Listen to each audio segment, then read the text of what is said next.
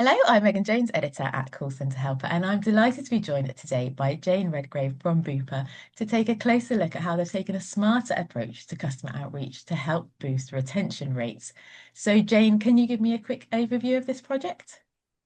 I can, yes. So we've introduced proactive outbound calling to customers at key moments that matter in their lifetime with Bupa.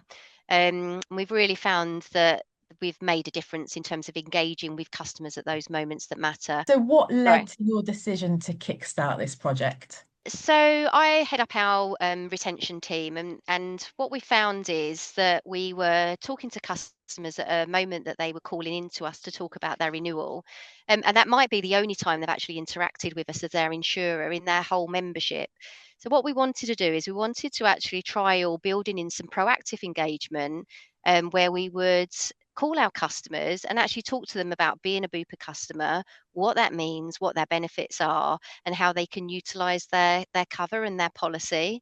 Our customers who aren't claiming, who aren't kind of using the product, there's so many additional features that they can actually use. What we found through the calls is, despite us notifying of those, we email them, we put them in their renewal leaflets, customers just aren't aware of all of those additional services. So what we've found is by having that kind of cut through, i.e., a conversation, and the voice, it really, really lands with the customers. And it's an amazing because we think we're doing a brilliant job at communicating all of this Mhm. great stuff that Bupa does.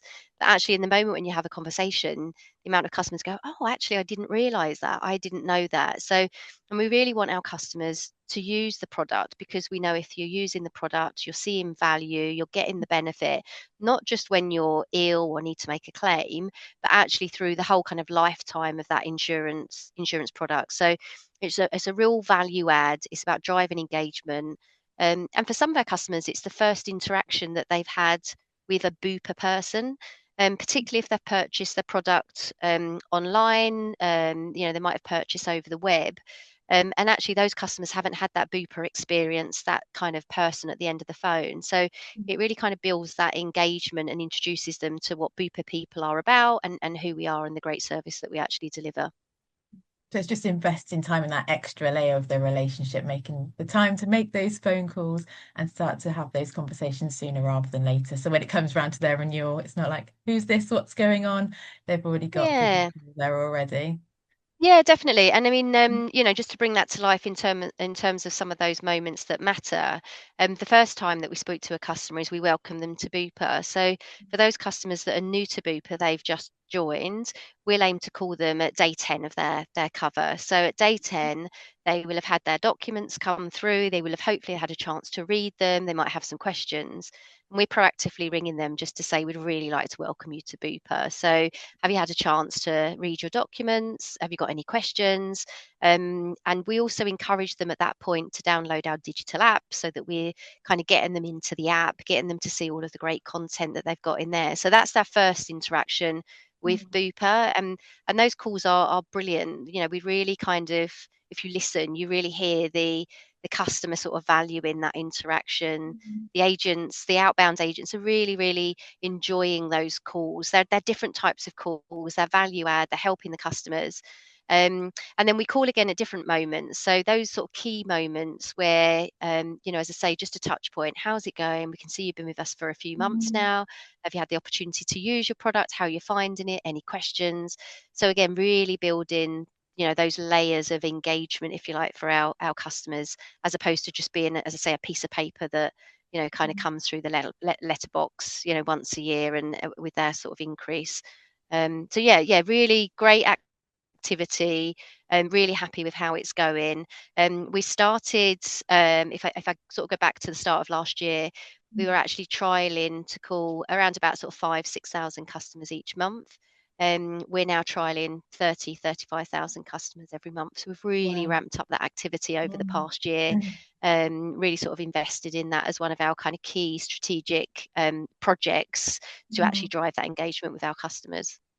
So clearly, it's going well so far. There was an opportunity that you identified and you're really up and running with it. So taking back to early days, what were some of the immediate benefits you saw when you got started from that first batch of calls, say in the first month? Yeah, so I think from a customer point of view, we were getting that instant customer reaction. So from the calls that we were listening to, we were actually asking customers if they would welcome a similar call in the future.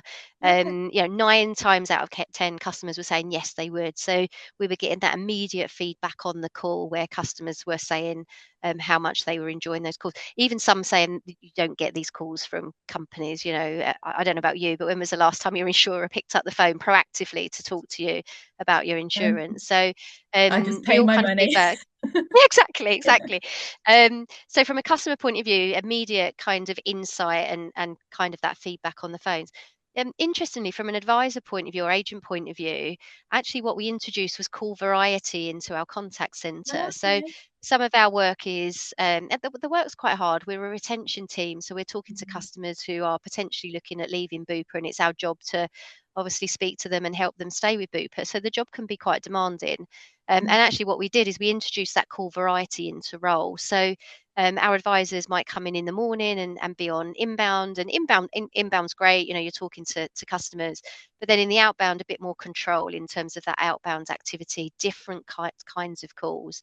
Mhm. We've actually seen, again, if I think about sort of more the longer term benefits, some of that employee Mhm. attrition, employee engagement, we've got great Okay. engagement scores.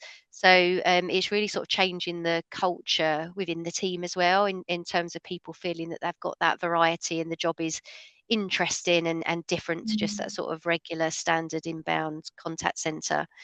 I think then from a longer term, I mean, there's a cost associated with this, right? So people listening might be thinking, oh, that just sounds expensive. And yes, there's a cost associated with it. Mhm. So ultimately, it's about, well, what return do we get on that? So you won't be surprised, I'm sure, that we've been measuring the retention rates of those customers that we speak to versus those that we don't.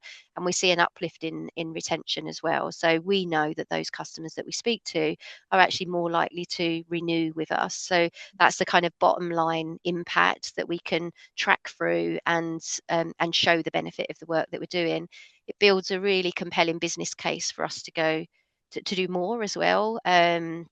So we just had sign off last year to put an extra 10 people into the team to actually Mhm. then boost and accelerate that work.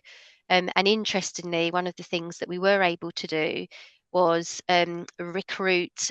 In October, we recruited specifically for outbound advisors to come into the team. Okay. So, whereas before the model had been into inbound, learn the inbound craft, pick up outbound, we actually sort of flipped that around and said, well, what about if we recruit, get our advisors trained up to be able to deal with these calls, which are the value add calls. They're a bit easier sometimes in inbound. You don't need to know as much in terms of product knowledge and some of the sort of technical elements of the role. And that's been really successful. So we recruited 7 people, 100% retention in terms of those people. They're all loving it. They're all keen. They're eager. They're engaged. They want to progress their careers as well. So that's been really interesting as a bit of a test to say, could this work for us if we try bringing people in just to do this type of work as well? So that's been really interesting. Yeah, so it's been a really positive change for customers and your front line as well.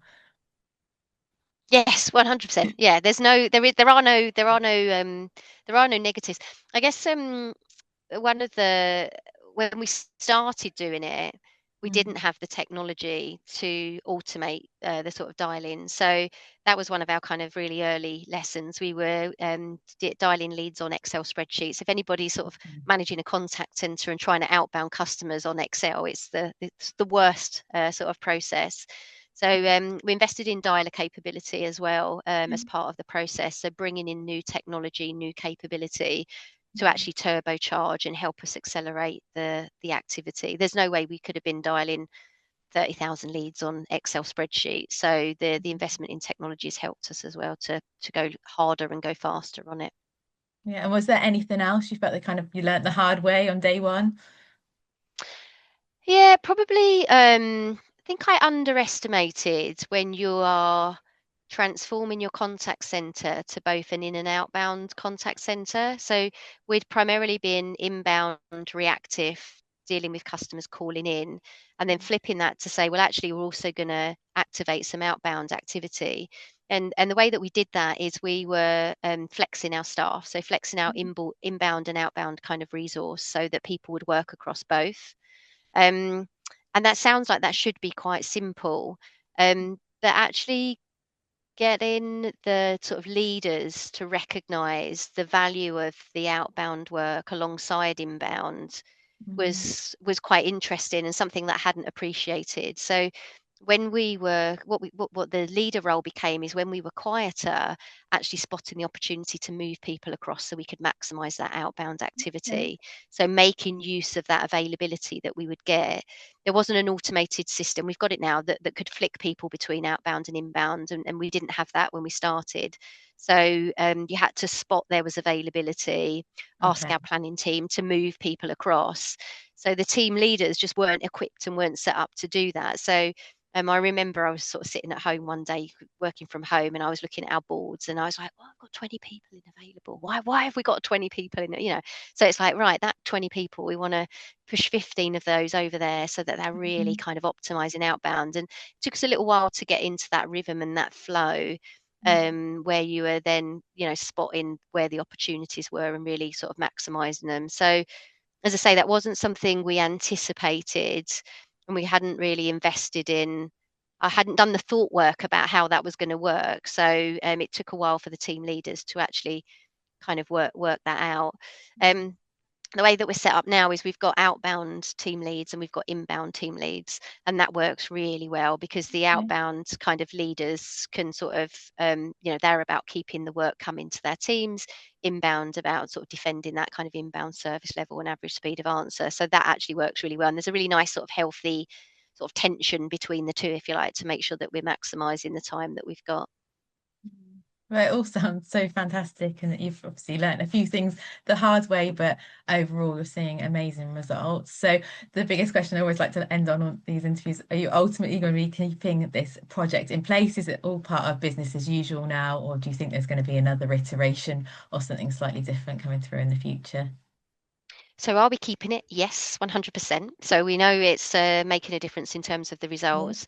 I think the evolution of it is around how we segment and target particular customers. So using some of our sort of customer insight, customer data, and really starting to probably AI actually using AI to actually understand, well, which customers will benefit most from this, which customers will respond and pick up, which customers do we actually not need to worry about, and starting to get a bit smarter. As I think I've sort of said it already, but it does cost. There's cost associated with Yeah. this.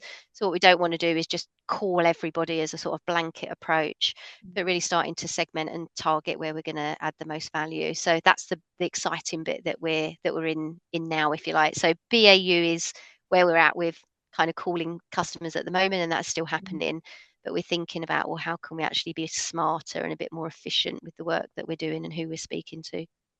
So it's really going into a period of refinement now to really maximize Mm. the investment.